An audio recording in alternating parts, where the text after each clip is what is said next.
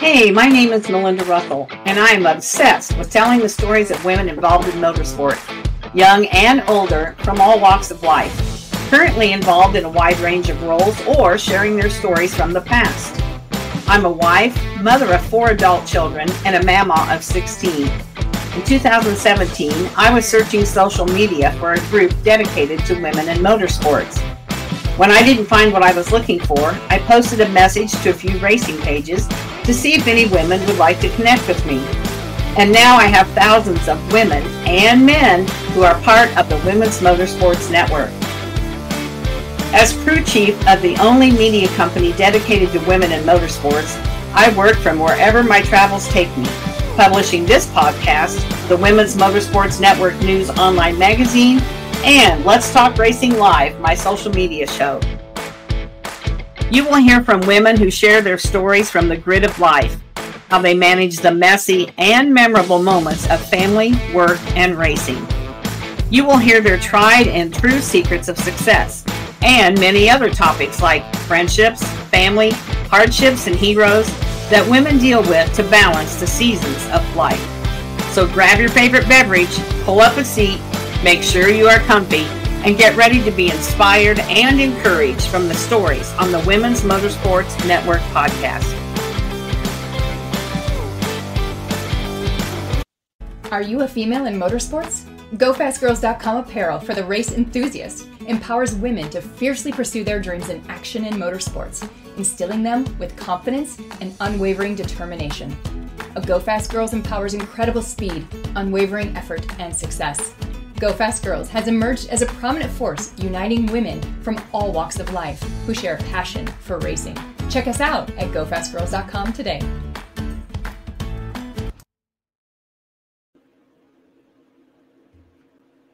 Hello, everyone. This is Melinda Russell with the Women's Motorsports Network.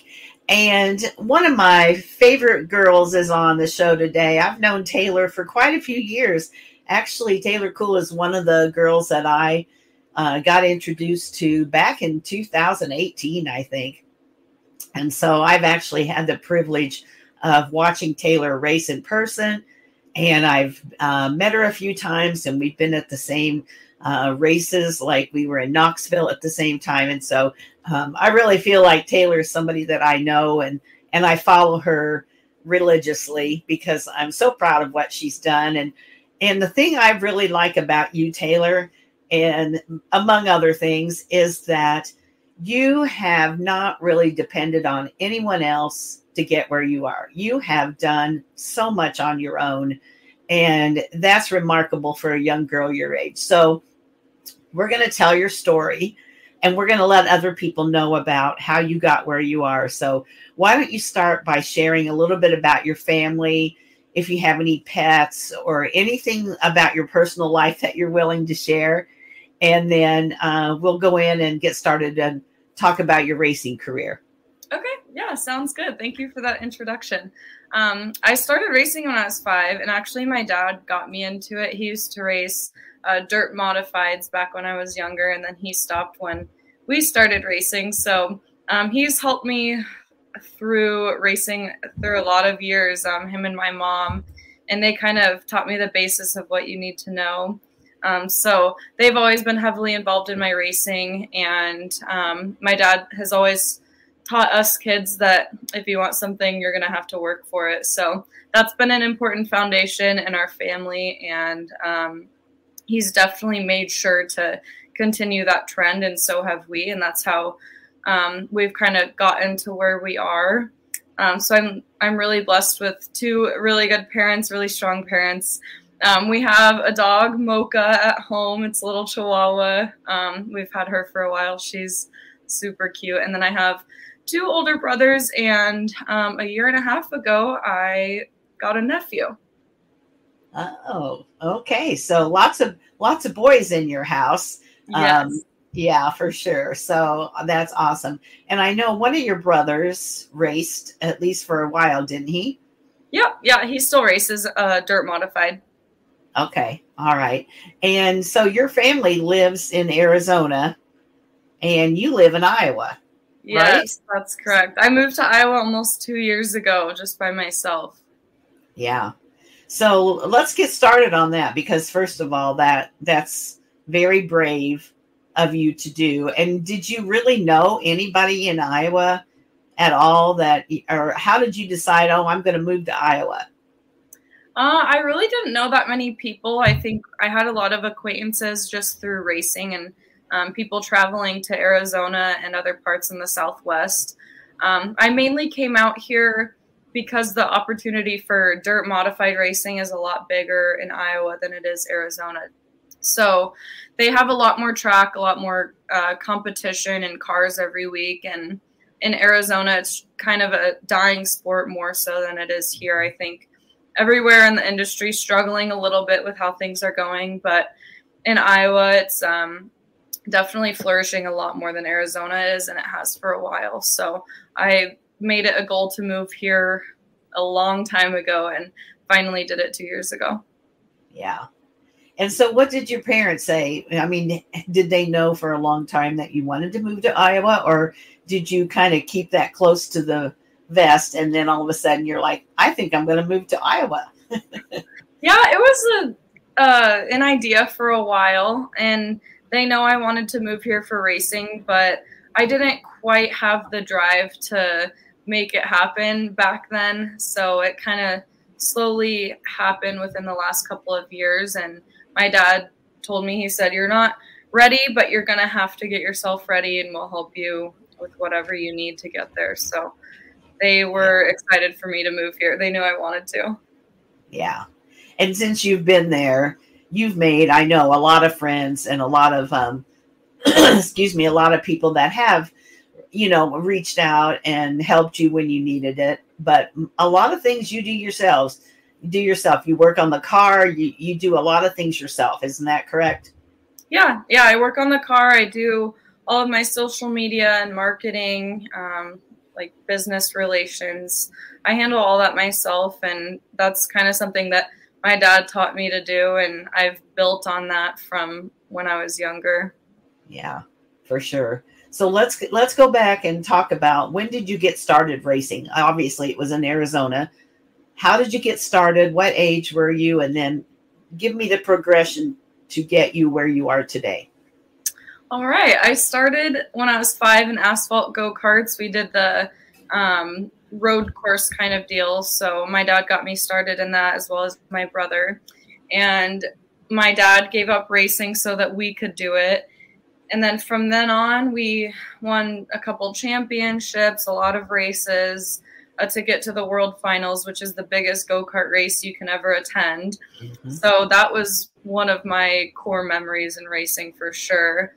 And then from then on, it kind of got tough, the local spots that we were racing. Not so much the competition, but the money, like kind of political aspects of it. So that actually made us get out of go-karting and onto dirt racing, where I started in mod lights when I was 13.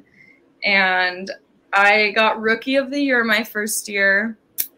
And then from then on, it kind of transitioned into me really liking it and spending every weekend doing it. And like I said earlier, I still didn't really have the drive to work on things and get better. I just wanted to do it. It was fun. And then finally, when I moved on from mod lights into sport mods is when I started taking it seriously, a little bit more like a job, but it's more fun than ever right now. Yeah. And a job can be fun. A lot of people don't think so, because they have a job and then they have what they do for fun. A lot of people don't have the combination of the two together. You and I are lucky, because what I do for a job and what you do for a job involves our passion, which is motorsports. But, a lot of people don't have that. And so the fact that you consider it a job, you take it serious, you're very focused on what you do, makes you that much more successful. And I know social media has really been a part of that for you. I know you've done very well growing your social media following. Why don't you talk a little bit about what you do and how you do it? I know, what was it, a year or so ago, you like just exploded as far as followers. So why don't you share a little bit about how you do that? Because a lot of the girls and women that are listening, they want to be able to do that, but they don't know what steps to take. So why don't you tell us, what did you do? Yeah, I think networking is probably my favorite part of racing, just getting to meet people and share my story and hear other people's stories. So I used social media a couple of years ago just to keep everyone updated on my results and where I'll be at next and what I'm doing during the week.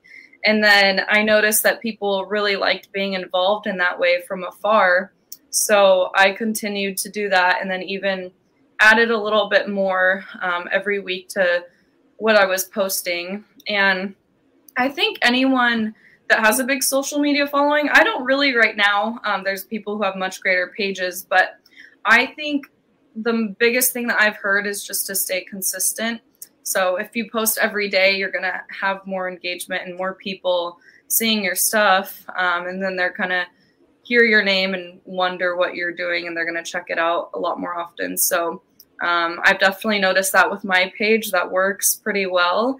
And I also find it really fun to create content and talk to people online and stuff. And you can even meet some really good friends through it. Yeah. And it's not just about your racing. It's about Taylor and what Taylor's doing and stuff outside of racing too, which I think is helpful because people want to get to know who you are, not just who you are as a race car driver. Yeah, that's correct. I like to share some personal things here and there just to show people what else I'm doing. I like to spend my time outside. I work full time as a realtor on top of racing. So that's also a big networking business, which is really cool. So I kind of integrate both of those into each other. And I think it's nice for people to connect on a little bit more of a personal level. Yeah, I do too. And I think that's how you build those relationships and you make friends is, like I said, it's not just because you're driving a race car. It's because of who you are. You're very friendly and outgoing, and that attracts people to you. So I think that's a lot of how you grew your following. And what do you use? Facebook, Instagram? Where can people find you? My biggest platform is Facebook. And then I would say my second is my YouTube page. They're both under Taylor Kuehl Racing. And I keep my Facebook page updated almost every day. I think when racing slows down, there's not as much content, but I'm definitely big on Facebook. And then YouTube is really fun because they get to see, physically see what's going on behind the scenes. Yeah, that's for sure. So tell me about your car. What kind of car do you drive? What color is it? The number? How did you choose the number? Tell me all the specifics about your car. Yeah, so I drive an IMCA Northern Sport Mod. That's the class that I started in 2019, so I'm going into my 6th year of sport mods. My favorite color has always been purple, and I'm really big on keeping things simple, so I always try to go with a really simple design. Purple, black, and white usually is pretty clean. And I have an app on my phone where I can draw stuff, so I usually design it up for the most part, and then I send it to my wrap guy, and he cleans it up and makes it happen. And then one thing that's kind of been a trademark for me is my racing number, which is Too Cool. It's the number 2 and then uses my last name Kuehl, and that's kind of a play on words there. But my dad and I came up with that. When I was younger, I just started in cadet karts and go-karts. And it was the same class that my brother was in, and we both raced under my dad's number, which was 77X. And the people who ran the races, they said, you can't have the same number, so change a letter or something. And I was like, well, I think it's time to be unique and find something for myself. So actually my dad and I came up with it, and I've stuck with it ever since. And even the announcers, they know what my number stands for and stuff. So it's pretty cool that it's come all this way. I think the last name and the number definitely help with some recognition. Yeah, for sure. And it's Kuehl, just in case they're trying to find out how to spell it. But but yeah, that's a great, that's the kind of thing that people will remember. And so when you're thinking about naming or branding or whatever it might be, when you do something that's simple but memorable, that helps people, keep track of what you're doing too. So Taylor, do you have any crew members, or is it just you? You get to the track, and when you need help, somebody steps up? We finally hired on a crew guy this year. His name is Justin. We call him Santa. It's been a long time running with that name. Ever since I was a kid, we've known him. But I think the first probably 14 years-ish of me racing, it was my dad and I, and then of course my brother too. They helped me out a lot, just with coaching and spotting on the track. And then, of course, teaching me how to work on the car too. So it was mostly just us for the longest time. And then when I moved to Iowa, it was all me. I was kind of thrown to the wolves, and I had to really learn everything quickly. Just so, since I was thrown in by myself, I kind of needed to adapt to where I was. So I got a lot of different knowledge from people. And of course, everyone here is always willing to lend a hand. So I wasn't necessarily by myself. I knew I could rely on almost anyone. So the first, I think 2 or 3 years in Iowa, it was just me. And then we hired Santa this year. He's a really big help. That's great. And he's from Iowa, I take it? No, he's actually from Arizona. His family owns a sprint car team, so he's been around racing his whole life too. Okay. All right. So you convinced somebody else besides yourself to go from warm, sunny, beautiful Arizona, which it is right now. This is the best time of year to be there. Yes, it is. To cold, snowy, gray Iowa, right? Yeah, I think he spent some time in Indiana in the winter, so he was like, oh, it'll be no problem. But I promise you, once it gets cold, it's not really somewhere you want to be. So he went back home to Arizona for the winter. Yeah, that's a good plan for sure. I'm actually headed there. As you well know, my youngest 2 daughters live there, and 6 of my grandkids. And so we're going there the 20th of December, and we're going to spend a couple weeks there for Christmas. And so any chance I get to go to Arizona, even if it's in May or July when it's really hot, I go, because the sun shines 99% of the time. And that's the thing that I really miss about Michigan. And we haven't had any sun for almost a week, so love Arizona. And I admire you for staying in Iowa when you could go back to Arizona. So yeah, I definitely have a lot of commitments here, just with my job. So it keeps me here, but luckily I still have a lot of freedom, and I am in agreement with you. I miss the sun. I miss the mountains. It's much warmer there. Yeah, for sure. So Taylor, do you have a home track in Iowa?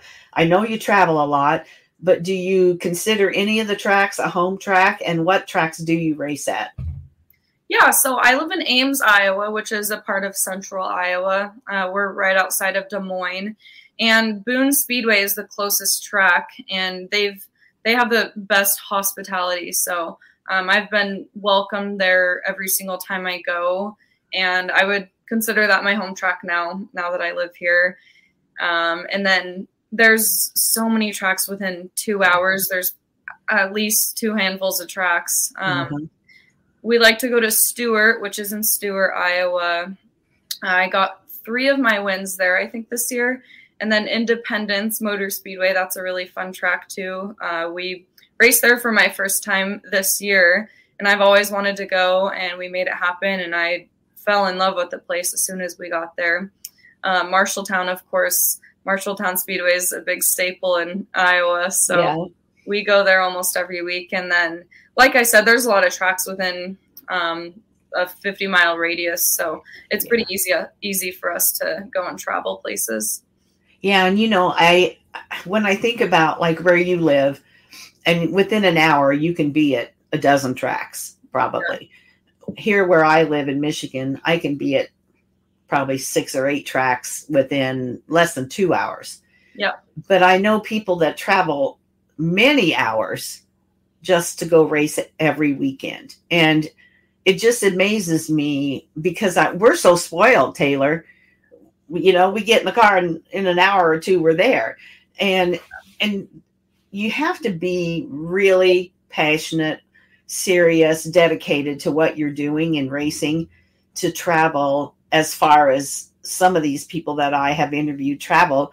And yet, you know, the fact that you went from Arizona to Iowa to settle in, and you kind of put yourself in the middle of where all of these tracks are, that's a huge commitment as well. And so, especially, what are you in your early 20s? How old are you now, Taylor?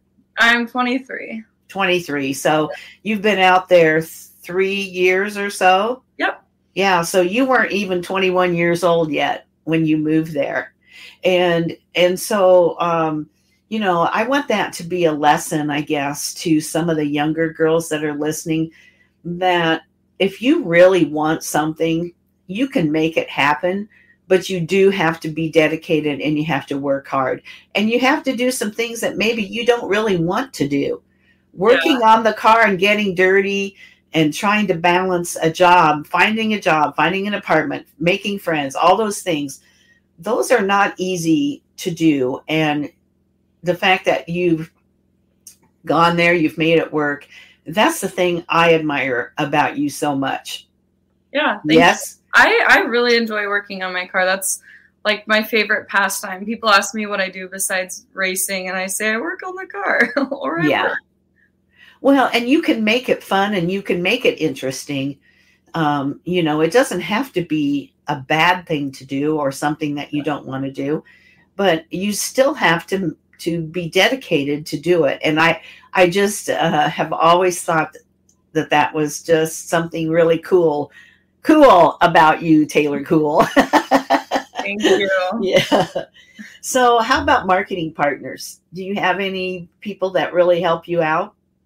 Yeah, my first year in Iowa, we brought on Kuehl Customs, who provided us a crate engine, which is a pretty common engine that a lot of people run here. So they've helped us out for the past 3 years, and they've allowed me to race all around Iowa. So we're super thankful for them.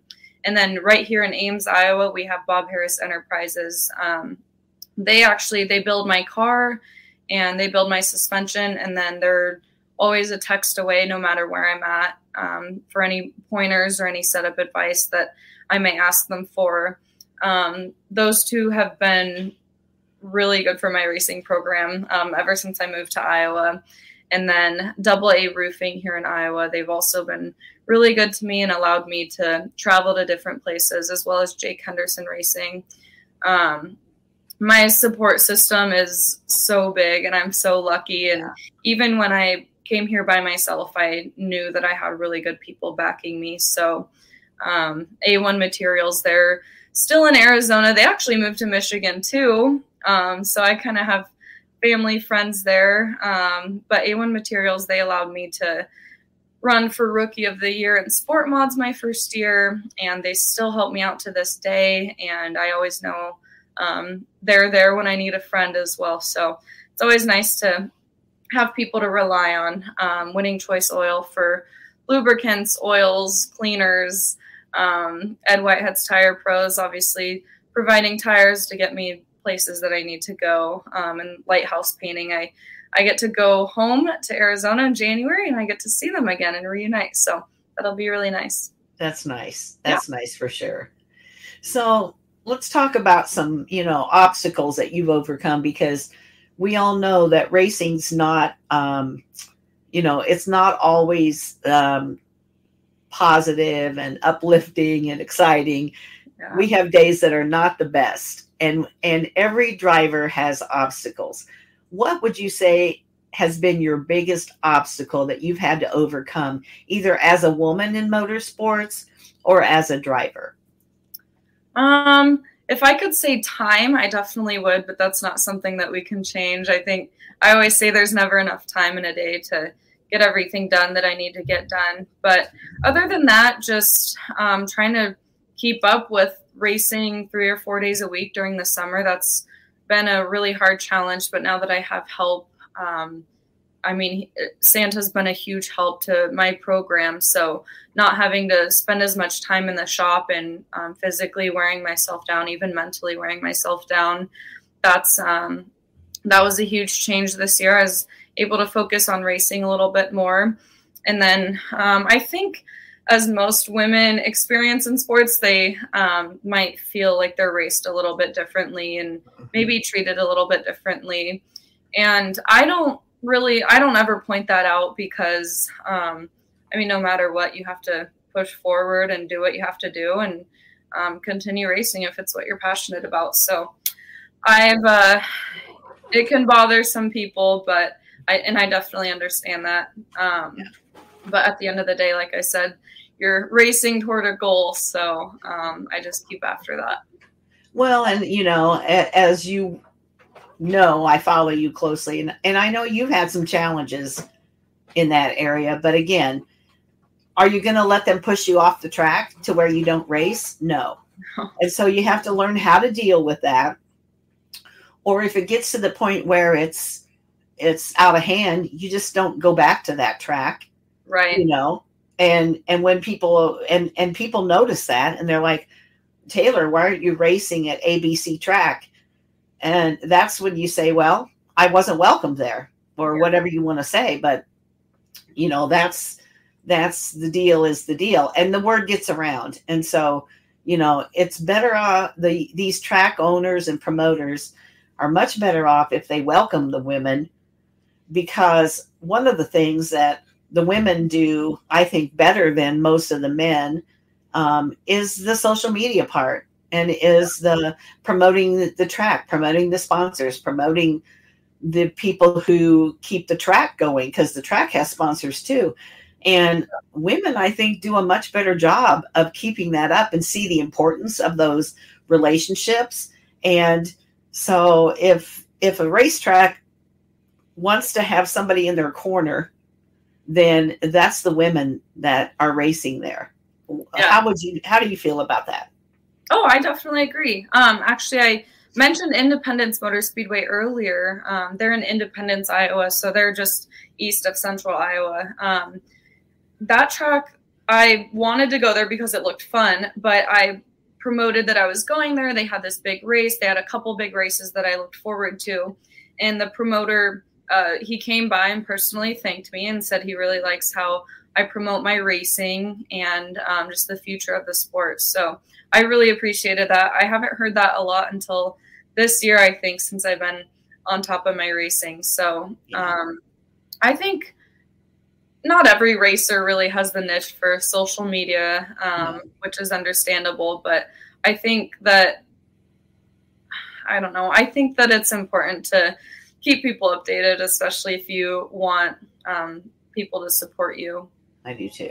And then It's funny with my YouTube channel, I don't really ever have to say anything about other racers driving me dirty because everyone in the comments will say it. So I just let nature run its course. Absolutely. Absolutely. So it's interesting that you race near Independence, Iowa, because my father's family was originally from up in that area. And so I'll bet there's some long lost relatives that either are race drivers or come to watch. And we probably have a connection somewhere. We'll have to talk later about that and see if we've got any names that are common. So yeah, that's cool.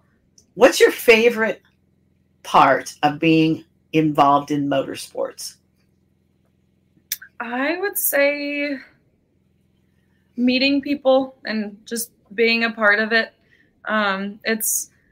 It's really cool to see the little kids that come around the racetrack and they look forward to coming every weekend, and then they want to meet these drivers and kind of see what they're doing and become that one day. So when people or parents tell me that their kids wanted to come and watch me, I think that's really special. And that's my favorite part, is just being able to be a role model, which I never thought I would be, but keep a clear image and meet people and become friends with people. It's definitely the most fun part, being able to talk with different people and hear their stories. And, you are somebody that those little girls can look up to, and that as a parent, I'm good with you being the person they look up to. There are some people that I would not want them to do that. Yeah. And so, you don't think about who's watching, because you may never know all the people that are watching. And so the fact that you maintain a good image and you're a good, clean race driver and all those things, that's just who you are. And so the people that have little girls and little boys too, probably, that are watching you, you set a good example. And so that's something you can be proud of, for sure. Yeah. Thank you. That's what I aspire to do. Like you said, you never know who's watching. And I think with all the negative things that go on, it's important to be a positive influence and just to keep a positive mindset through it all, just to help other people along. Yeah, I totally agree. So Taylor, what's your goal for your racing career? My goal right now is to get to dirt late model racing. I think that's pretty in reach for me.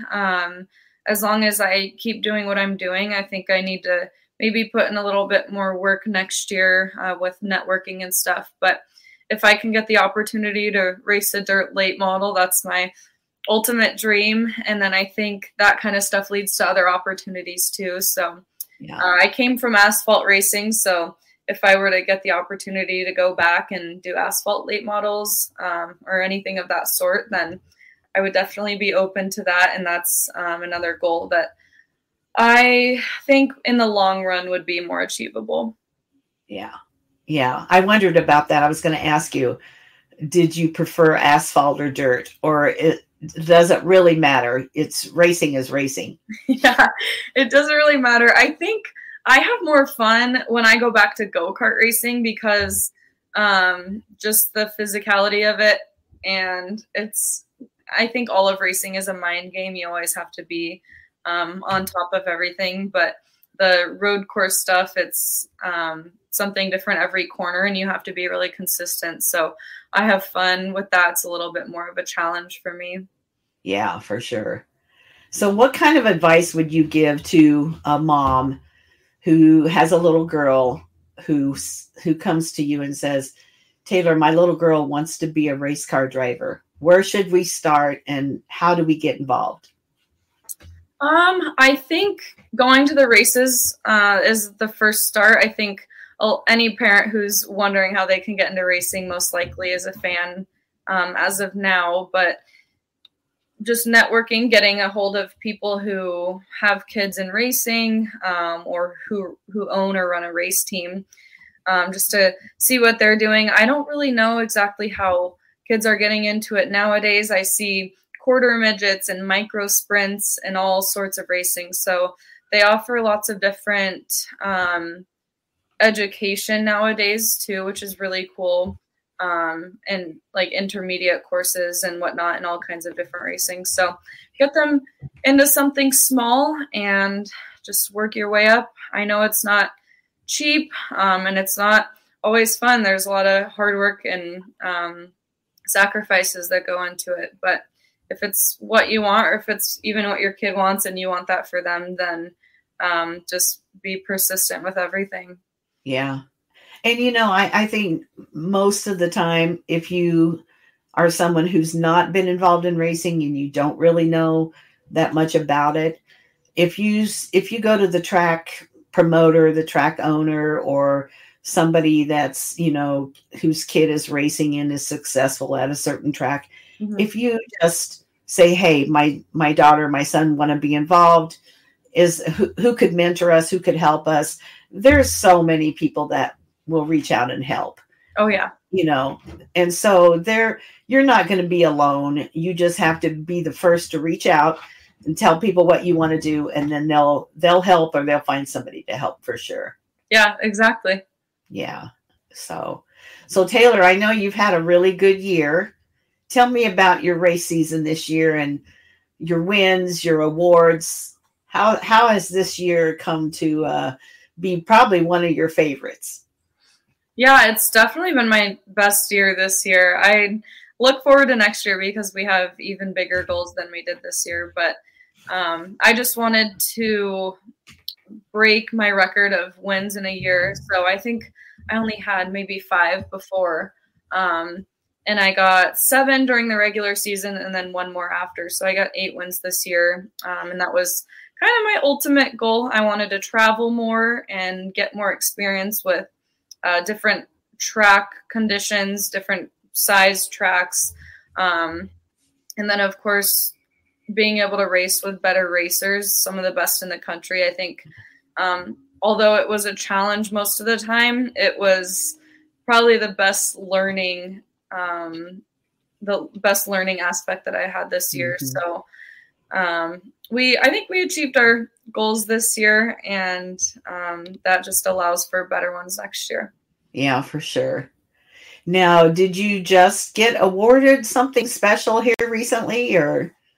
Yeah, I actually, this is my only racing decoration in my house because all my racing stuff is at our shop. But I won the Lady Eagle in IMCA, and I was able to go to the national banquet, which was only 3 hours away. So I figured, why not? It was a really good time, and I got to meet people and learn some history of IMCA racing and just racing in general. So that was really cool. I think it was based on a national point system. They put all of the women and from each of their respective divisions into this one point system.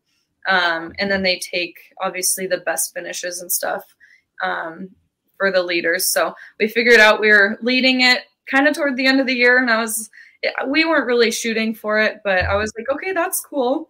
If we won that would be awesome. And then I never really thought about it. And then it came down to the last couple of races, and we ended up making it happen. So I was kind of mind blown, but definitely cool to achieve something like that. It really is. And,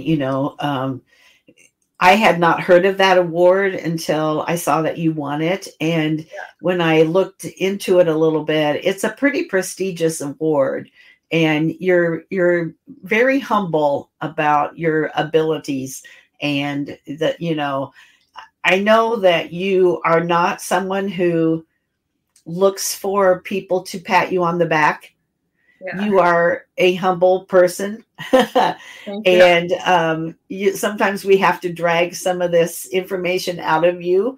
But some of the accomplishments, 8 wins in a season, is a big deal. There's a lot of guys and gals who've been racing for a long time who don't achieve that. And so, next year we're going to shoot for 9 or 10 wins or whatever it might be. And maybe some bigger races too. What are your plans for 2024? Yeah. So when we were at the national banquet, I think they said the national point winner for our division won 29 races out of maybe 40 something. So that's over half. And I think it's achievable for our team to do that, but it's definitely going to take a lot of stepping up in pretty much every aspect of our race team. So that's kind of an idea for now. I think we'll see how the beginning of the year starts off, but I have to get that organized to see if we can make that happen. But winning the national title for the Northern Sport Mods is a pretty big deal. So I think the guy in my division has won it 6 or 7 years in a row. So to upset that would be pretty cool. But he's also someone we learned from this year quite a bit. He's a really good driver. So but yeah, beating the number of wins is obviously another goal. The more we can get every year, the obviously the better driver I can become and the better my team will be. So that, and we have a couple different races that we plan on hitting that I've never been to before. Okay. And that's always exciting because learning a new track and traveling and maybe racing against some people you haven't raced with before is always fun, isn't it? And just going somewhere different. yeah, it kind of diversifies my driving abilities, just learning what other people do and seeing what other people are able to do. Even if I think I can't do it, I see someone else do it, and I'm like, well, we'll have to work toward that. So that's what helps most about traveling. And yeah, then for sure. Next year, if I can get some seat time in a higher division, then that's definitely a big goal for me too. Yeah. So Taylor, if somebody's watching this and they have a connection or they want to help you, you know, even if it's a race or two in a higher division, how would they best get a hold of you? I would say to message the Taylor Kuehl Racing page on Facebook. I need to be a little bit better about that. I have a lot of fans on there, and sometimes my inbox gets really full and kind of overwhelming. But I definitely like to interact with everyone who reaches out. So Taylor Kuehl Racing on Facebook, that's where I read all my messages. Okay.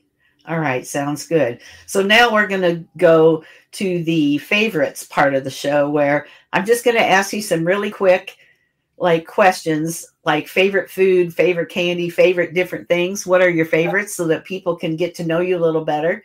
So, and if I ask you something and you don't have an answer for it, just say pass. We'll just keep going on. So here we go. We're going to find out really more about Taylor.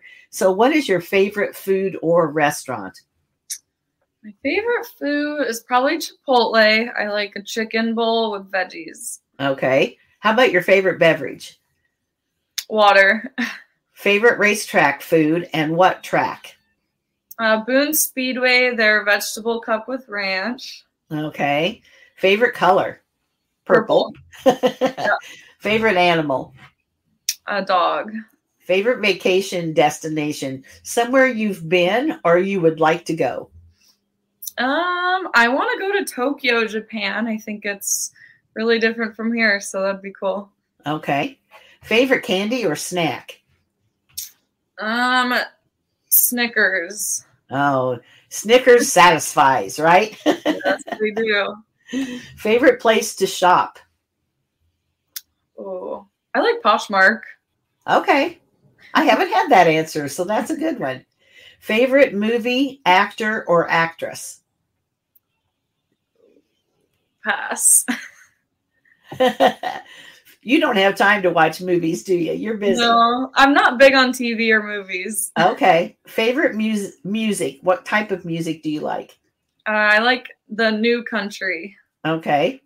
A favorite sports team that is not racing related? Green Bay Packers. Oh, gosh. You're going to have some haters over that for sure. Sorry, Vikings fans. How about your favorite professional race car driver? Kyle Larson. All right. Favorite holiday? Christmas. Favorite thing to celebrate? My nephew's birthday. There you go. And as a little girl, did you play with cars or dolls? Both. Both. Yeah. So your Barbies rode in the Barbie car, right? Oh, yeah. They rode dirt bikes. They did it all, just like me. Awesome. So, Taylor, is there anything that we haven't talked about your story, about yourself, anything at all that we haven't discussed that we really should talk about to let people know more about you? I don't think so. I think you covered all of it. I think you did a good job with that. So thank you. All right. Well, I appreciate that you took the time today to be on the show here with me. You know, after I saw when you won the Lady Eagle Award, I thought, well, you've been on, but it's been a while. We need to get you back on because you've really upped your game in the racing community since we last talked. And I wish you were going to be in Arizona in December, but I know that, you know, you're hanging out there and you're probably going to be flying west just as I'm flying back east to Michigan. But enjoy your time when you go back out there for a little bit of a break. And hopefully next year I'll get somewhere where I can see you race again, because that's important to me, to get to be live and in person with some of the girls that I interview, especially ones that I followed for so long. So Taylor, you have a very good holiday. Thanks again for being on the show. And Any last words that you might have? I don't think so. Thank you for having me. I appreciate it. All right. No problem. Hang on after we end the recording. Okay. Sounds good.